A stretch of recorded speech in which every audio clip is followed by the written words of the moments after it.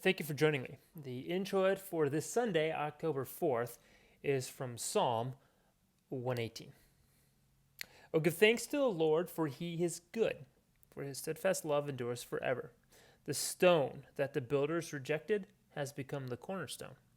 This is the Lord's doing. It is marvelous in our eyes. This is the day that the Lord has made. Let us rejoice and be glad in it. We all know rejection at some level. Perhaps a person we had a crush on rejected us. Perhaps we have rejected something because it was not good enough for us. With the act of rejection, a judgment call is made. There are a number of stories about famous or very popular books that were rejected by many publishers, only to finally be given a chance and soar in sales and popularity, proving that the publishers who rejected the books made a mistake. In hiring, we might make a decision to reject an applicant, only to hire another one and later find out that our decision was not good and the person we hired was not who they appeared to be. And there are many logical reasons as to why we accept something but reject something else. However, we can easily make mistakes. Now, in the introit, we have the famous section. The stone that the builders rejected has become the cornerstone. This is the Lord's doing. It is marvelous in our eyes. Jesus even quotes this passage when confronting the doubts and unbelief of the religious leaders. Jesus directly connects himself to being the cornerstone. And for whatever the reason, the cornerstone was judged as lacking and unusable.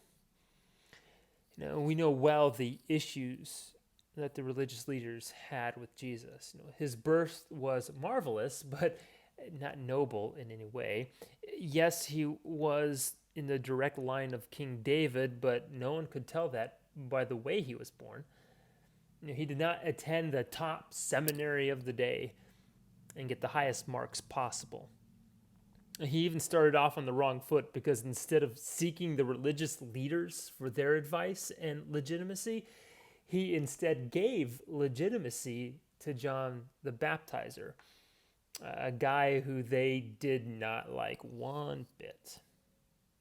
And instead of choosing his disciples from the best and the brightest of priests and elders, he chose a bunch of working men who had little to no religious training.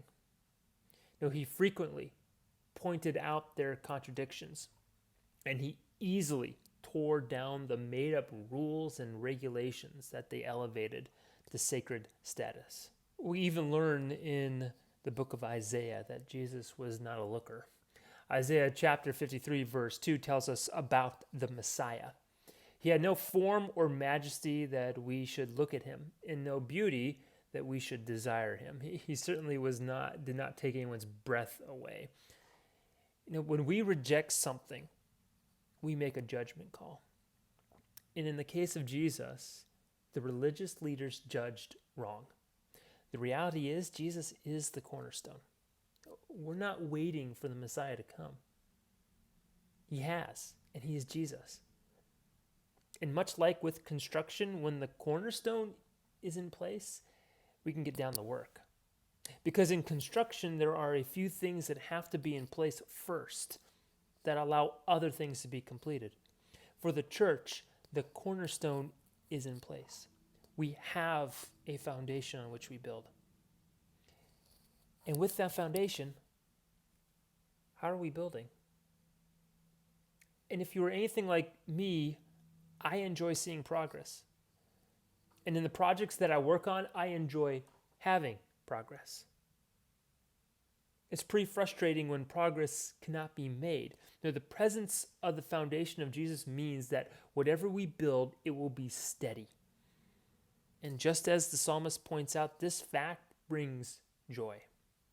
As we live following Jesus, we build on the foundation of Jesus. And because of that, there is no question about the structural integrity of the building. What we build on, that foundation matters and has purpose. Let us rejoice and be glad in it. Thank you for joining me.